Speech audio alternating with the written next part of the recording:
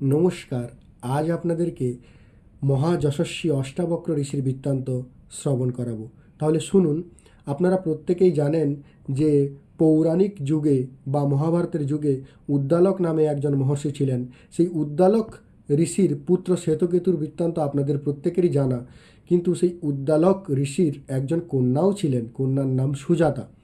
কহোড় নামক একজন শিষ্য ঋষি উদ্দালকের নিকট বিদ্যা গ্রহণ করতে আসেন এবং তিনি উদ্দালকের প্রত্যেকটি কথাই শুনতেন।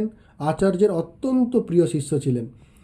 তো তার এই শিষ্যত্বের গুণাবলী দেখে তিনি নিজের কন্যা অর্থাৎ উদ্দালক নিজের কন্যা সুজাতার সঙ্গে কহোড়র বিবাহ দেন। বিবাহের পরে সুজাতা যথাসময়ে গর্ভবতী হন।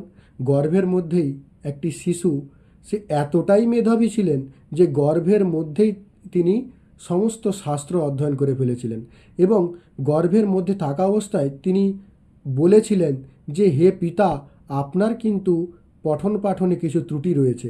অর্থাৎ কহোড়ের উদ্দেশ্যে তিনি গর্ভের ভেতর থেকে বার্তা দিয়েছিলেন বা বলেছিলেন যে আপনি সারা রাত পঠন পাঠন করেন, তবুও কিন্তু আপনার পঠনে পাঠনে মনোযোগ নেই।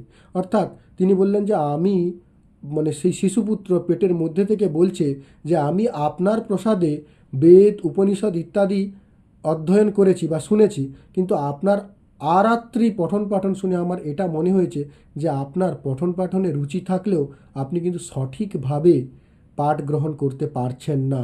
একথা শুনে অত্যন্ত ক্রোধান্বিত হয়ে পিতা কহোড় পুত্রকে, গর্ভস্থিত পুত্রকে অভিশাপ দিলেন যে রে পুত্র, তুই জন্মানোর আগেই আমার নামে এরকম অপপ্রচার করছিস। আমি অভিশাপ দিলাম, তোর শরীরে 8টি স্থানে বাঁকা হবে বা 8টি স্থান বক্র হবে। তো পরবর্তীকালে জন্মানোর পরে তার শরীরে 8টি বক্রস্থান ছিল। সেই থেকে এই ঋষির নাম অষ্টাবক্র। পরবর্তীকালে তার অনেক যশ কীর্তি এবং অনেক কাহিনী রয়েছে। বড় বড় পণ্ডিতদেরকে, সভা পণ্ডিতদেরকে তিনি পরাজিত করেছেন, তা আমরা জানি।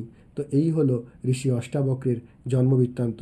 শ্বেতকেতু সম্পর্কে ঋষি অষ্টাবক্রের মাতুল অর্থাৎ মামা হন, আর দুজনেই সমবয়সী ছিলেন। নমস্কার, সকলকে অসংখ্য ধন্যবাদ।